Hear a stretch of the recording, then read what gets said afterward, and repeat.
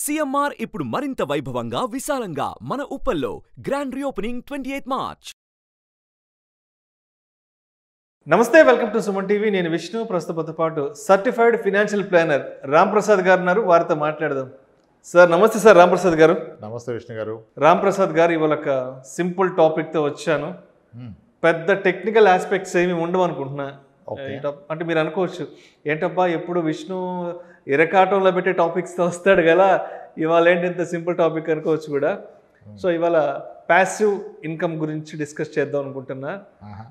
అసలు passive income అంటే ఏంటి, ఈ ప్యాసివ్ ఇన్కమ్ని ఎలా జనరేట్ చేయాలి, సో అందరికీ అర్థమయ్యేలా సరళమైన భాషలో ఒక లేమ్యాన్కి కూడా అర్థమయ్యే విధంగా దీని గురించి మీ విశ్లేషణను తెలియజేయగలరు? తప్పకుండా విష్ణు గారు.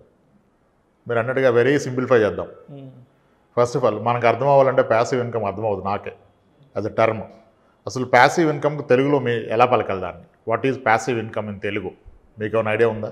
ప్యాసివ్ ఇన్కమ్ని ఎప్పుడు తెలుగులో మాట్లాడుకోం, ఇంగ్లీష్లోనే ఎక్స్ట్రా ఇన్కమ్ సోర్సెస్ని క్రియేట్ చేసుకోవాలి. అలా వద్దు, మీరు సరళంగా అన్నారు కదా. సరళంగా అసలు ప్యాసివ్ ఇన్కమ్ అంటే ఏంటి గూగుల్లో సెర్చ్ చేయండి, చూద్దాం. గూగుల్లో చూడమంటారా? ఆన్సర్ వచ్చేస్తుంది. అసలు ప్యాసివ్ ఇన్కమ్ అంటే ఏంటి తెలుగులో? రైట్. మీరు చెప్పారు కాబట్టి గూగుల్లో నేను ట్రై చేస్తాను. Please please please. సో ప్రేక్షకులు కూడా ట్రై చేయొచ్చు. ప్యాసివ్ ఇన్కమ్ అనే దానికి అచ్చమైన తెలుగు భాషలో ఏమంటారు అనే దాన్ని నేను ఇక్కడ గూగుల్లో ట్రై చేస్తున్నాను. రైట్. నిష్క్రియాత్మ ప్యాసివ్ అంటే అచ్చమైన సరళమైన తెలుగు భాషలో. క్రియ లేనిది నిష్క్రియ. ఇన్కమ్ అంటే ఆదాయం, నిష్క్రియ ఆదాయం. క్రియ లేనిది ఆదాయం ఉంటుందా? క్రియ లేని ఫలితం ఉంటుందా? అంటే ప్యాసివ్ ఇన్కమ్ అనేది ఒక స్కామ్. స్కామా? ప్యాసివ్ ఇన్కమ్ అనేది కూడా ఒక స్కామ్ అంటారా? స్కామే. వినటానికి అది నమ్మటం అంతా స్కామే. ప్యాసివ్ ఇన్కమ్ అంటే నిష్క్రియ అన్నారు. అంటే క్రియ లేని ఫలితం ఎక్కడ ఉంటుందా సార్? ఉంటుందా? ఫలితం ఉంటుందా క్రియ లేనిది? డెఫినెట్గా ఎప్పుడో ఒకసారి క్రియ ఉంటే కదా దాని ఫలితం ఉంటుంది. సో అది అర్థం చేసుకోండి. First of all passive income అనగానే ఒక ట్రాప్లో పడిపోవద్దు. అంటే వీడియోలో చూసి చేస్తే ప్యాసివ్ ఇన్కమ్, పని చేయకుండా పైసలు వస్తే ప్యాసివ్ ఇన్కమ్. అలా వస్తుందా? ప్రాక్టికల్గా రాదు. దానికి చాలా ఎగ్జాంపుల్స్ కోట్ చేస్తున్నారు. యూట్యూబ్ స్టార్ట్ చేయండి, ట్రైనింగ్స్ ఇవ్వండి, ప్రోగ్రామ్ డిజైన్ చేయండి, కరికులం డిజైన్ చేయండి, ఇది చేయండి, అది చేయండి. ఎస్, అవన్నీ చేస్తే రావచ్చు. కానీ అది చేయడానికి మీరు ఏం చేయాలి? ముందు ఎన్నేళ్ళలో యాక్టివ్గా పని చేయాలి కదా. తర్వాత కదా ఆ స్కిల్ వస్తుంది, తర్వాత కదా ఇన్కమ్ స్టార్ట్ అవుతుంది. ఓకే. సో అంత ఈజీ కాదు. అంటే రెంట్ వస్తే ప్యాసివ్ ఇన్కమ్. మరి ఆ రెంట్ రావాలంటే ప్రాపర్టీ కొనడానికి ఎంత కష్టపడాలి? ఎంత కష్టపడాలి? ఇప్పుడు కొందరికి అసెట్స్ వచ్చేసినాయి, పైనుంచి కింది దాకా, పేరెంట్స్ నుంచి తాతల నుంచి, ఆయన ఓకే ఇమీడియట్గా దాన్ని ఎలా పనిచేయాలో పనిచేసేదని పెట్టుకోవచ్చు. కానీ ఒక సామాన్యుడికి ముందు ప్యాసివ్ ఇన్కమ్ కావాలంటే ముందు ఇన్కమ్ కావాలి. దానికి యాక్టివ్గా చాలా రోజులు పని చేయాలి. దాన్ని ప్యాసివ్ ఇన్కమ్గా కన్వర్ట్ చేసుకోవాలి. స్ట్రైట్ అవే ప్యాసివ్ ఇన్కమ్ రాదు. Okay, simple example. ఇప్పుడు లెట్స్ సే ఇప్పుడు ఇంట్లో ఒక బ్రాడ్బ్యాండ్ కనెక్షన్ ఉంది మనకి ఈరోజు. Broadband connection, internet connection along with landline. Any company say like ఎయిర్టెల్లో తీసుకుంటే మీకు మంచి రీజనబుల్ స్పీడ్ 650 రూపాయలకి వస్తుంది నెలకి. Unlimited calling from landline కదా. ఇప్పుడు ఇంటర్నెట్తో పాటుగా unlimited calling from landline వస్తుంది 650 రూపాయలకి. ఎవ్రీ మంత్ మీరు 650 కట్టాలి కదా. ఒక 10 ఏళ్ల పాటు ఈ 650 నేను కట్టకుండా ఉండాలంటే ఏం చేయాలంటే 1,00,000 రూపాయలని ఏ కోఆపరేటివ్ బ్యాంక్లోనో ఏ స్మాల్ ఫైనాన్స్ బ్యాంక్లోనో చేసి మంత్లీ ఒక 650 వస్తుంది కదా, 1,00,000 రూపాయలు డిపాజిట్ చేస్తే. అంటే ఇంక ఈ 1,00,000 రూపాయలు మీ బ్రాడ్బ్యాండ్ కోసం పనిచేస్తుంది. అంటే నెక్స్ట్ 10 ఏళ్ళు మీకు ఇంక హెడేక్ లేదు, ఈ బ్రాడ్బ్యాండ్కి సంబంధించిన హెడేక్ లేదు. ఇలా మీ లైఫ్లో కొన్ని రికరింగ్ ఎక్స్పెన్స్ ఉన్నాయి కదా. పిల్లల చదువు నిమిత్తం ఒక ప్లాను, మీ బ్రాడ్బ్యాండ్కి ఒక ప్లాను, మీ గ్రాసరీస్కి ఒక ప్లాను.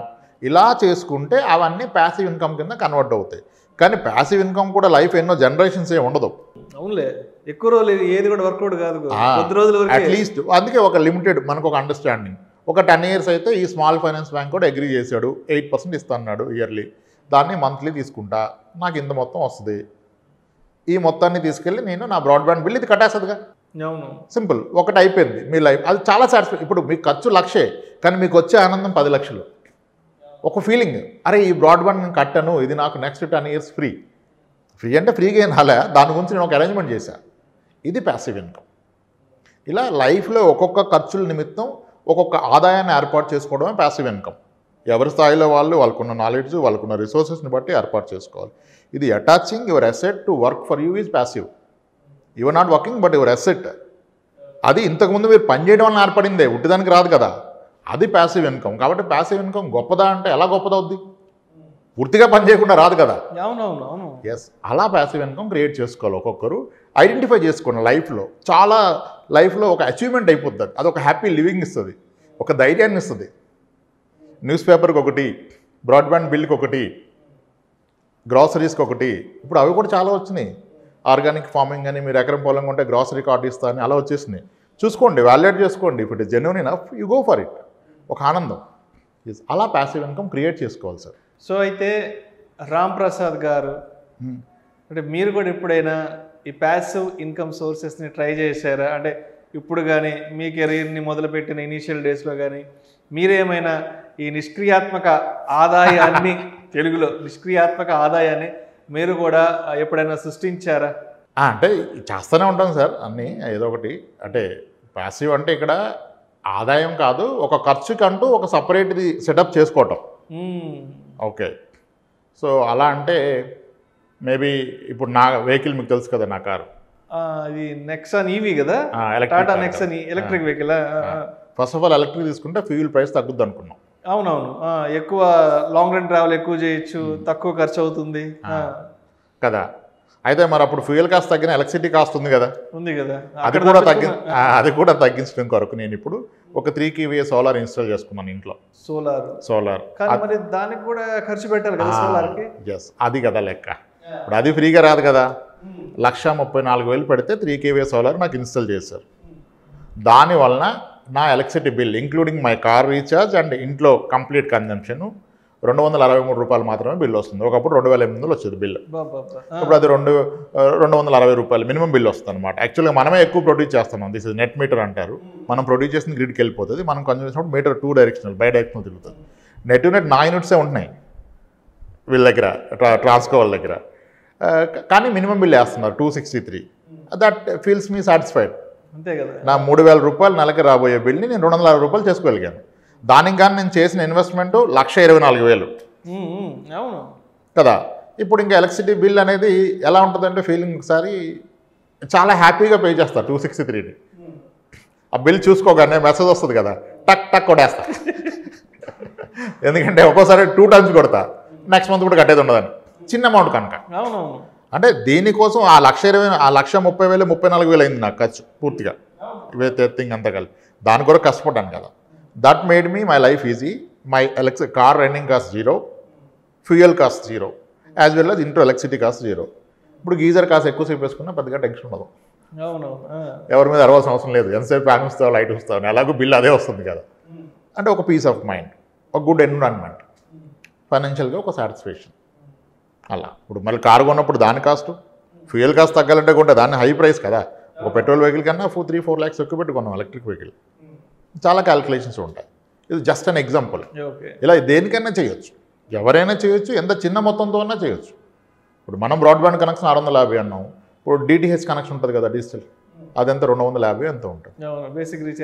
ఒక 50,000 పెట్టాడు ఆయన ఒక బ్యాంక్లో వచ్చినప్పుడు, ఆ 50,000 నుంచి ₹250 వస్తుంది, అయిపోయింది కదా.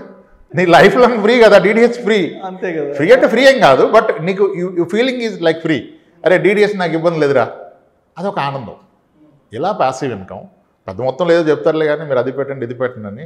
ఇప్పుడు మీ యాజమాన్యం కూడా ప్యాసివ్ అయిపోయి ఉండొచ్చు కదా. కొన్నేళ్ల తర్వాత అది ఎస్టాబ్లిష్ అయినాక, అంటే దానికి ఎంత హార్డ్ వర్క్ చేశారు, ఎంత యాక్టివ్గా పనిచేశారు.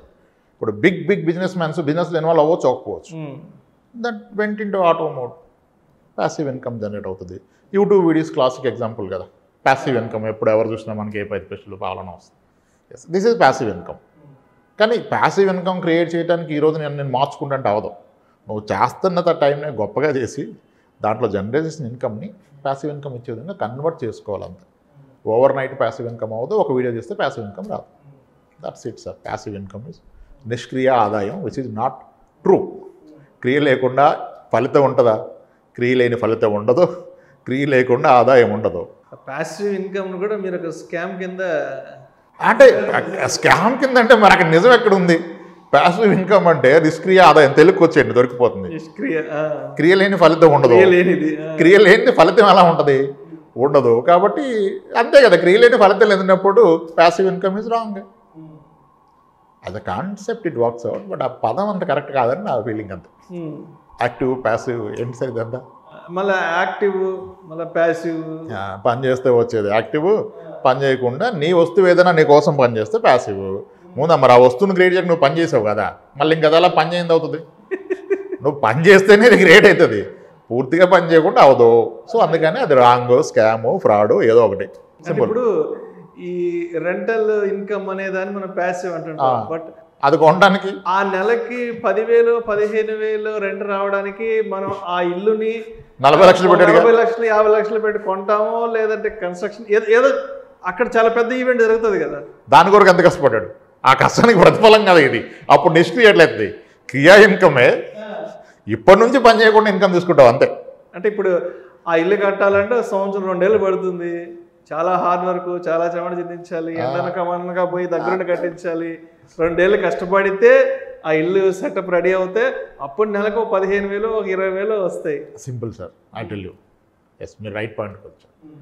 సింపుల్ ప్యాసివ్ ఇన్కమ్ అంటే నీ మనీ నీ కోసం పనిచేయడం ప్యాసివ్ ఇన్కమ్. బట్ నీ మనీ లేకుండా కాదు, లేదా నీ కష్టం నీ కోసం పనిచేస్తుంది. మీరు ఒక ఎగ్జాంపుల్ ఇచ్చారు, 50 లక్షలు పెట్టి ఇల్లు కొన్నాను, 50 లక్షలు పెట్టి స్థలం కొన్నాను అనుకోండి. ఈ రెండిట్లో ఏది నా కోసం పనిచేస్తుంది? ఇల్లు పనిచేస్తా, స్థలం పనిచేస్తా? ఏది పనిచేస్తా చెప్పండి మీరు? ఇల్లే కదా. ఇల్లే పనిచేస్తుంది. ఇల్లు నెల రెంట్ ఇస్తుంది, స్థలం పెరిగినప్పుడు ఇస్తుంది, అప్పటిదాకా పనిచేయదు కదా. అంటే ఎవ్రీ మంత్ రెగ్యులర్ ఇన్కమ్ స్థలం. That is what. అది కూడా అప్రిషియేట్ అవుతుంది, కానీ నువ్వు తీసుకున్నాక దాని నుంచి ఏం రాదు. అది ఎండ్ ఆఫ్ ది డే మాత్రమే తీరా నీకు అవసరం వచ్చి వెళ్ళి అక్కడ నువ్వు ఉండి అమ్ముకున్నప్పుడు. ఇది నీకు ఎవ్రీ మంత్ ఒక మనీ. ఇప్పుడు చాలా మంది ఉన్నారు, ఒకప్పుడు తక్కువ రేట్ అని 2 ఫ్లాట్స్ కొనుక్కున్నాడు, ఇప్పుడు ఒక ఫ్లాట్లో ఉంటాడు, ఒక ఫ్లాట్లో వచ్చేది దీనికి బేసిక్స్ వెళ్ళిపోతాయి, గ్రాసరీ గీసరీ అని వెళ్ళిపోతాయి. That is what passive income. అందుకని ఫ్రీగా రాదే. ప్యాసివ్ అంటే ఫ్రీ అనుకోవటం తప్పు అంటున్నాను నేను. Thank you so much Ramprasad గారు. అంటే ఇందులో నుంచి నేను ప్యాసివ్ ఇన్కమ్ అంటే అదేదో గొప్పది, మనం పని చేయకుండానే వస్తుంది, ఏదో రకరకాల డైలమాల్లో ఉన్నాను. బట్ ఇవాళ మీ ద్వారా, అంటే నేను కూడా చాలా వీడియోలు చూశాను, ప్యాసివ్ ఇన్కమ్ అంటే ఏంటి, ప్యాసివ్ ఇన్కమ్ని ఎలా జనరేట్ చేసుకోవాలి చూశాను. బట్ ఇవాళ మీ ద్వారా అంటే ప్యాసివ్ ఇన్కమ్ అనేది కూడా ఒక స్కాము, ఇన్ని రోజులు దాని మీద ఉన్న ఆలోచన కూడా ఒక రాంగు. అంటే రాంగ్ అని కాదు, మీరు చూసారు కదా గూగుల్ తెలుగులో డబ్ చేసి మీకు మార్చినప్పుడు గూగుల్ ఇవాళ కళ్ళు తెరిపించింది. నిష్క్రియాత్మక ఆదాయం, క్రియలైన ఆదాయం ఉంటుంది. సో మొత్తానికి ప్యాసివ్ ఇన్కమ్ అనే దానికి మీ ద్వారా ఇవాళ ఒక కొత్త నిర్వచనాన్ని, కొత్త డెఫినేషన్ని, కొత్తగా ఏం లేదు సార్, ఉన్నది ఉన్నట్టుగా కొత్త సారాంశాన్ని తెలుసుకున్నాను. Thank you so much Ramprasad గారు. రైట్ సార్, థ్యాంక్స్ అండి.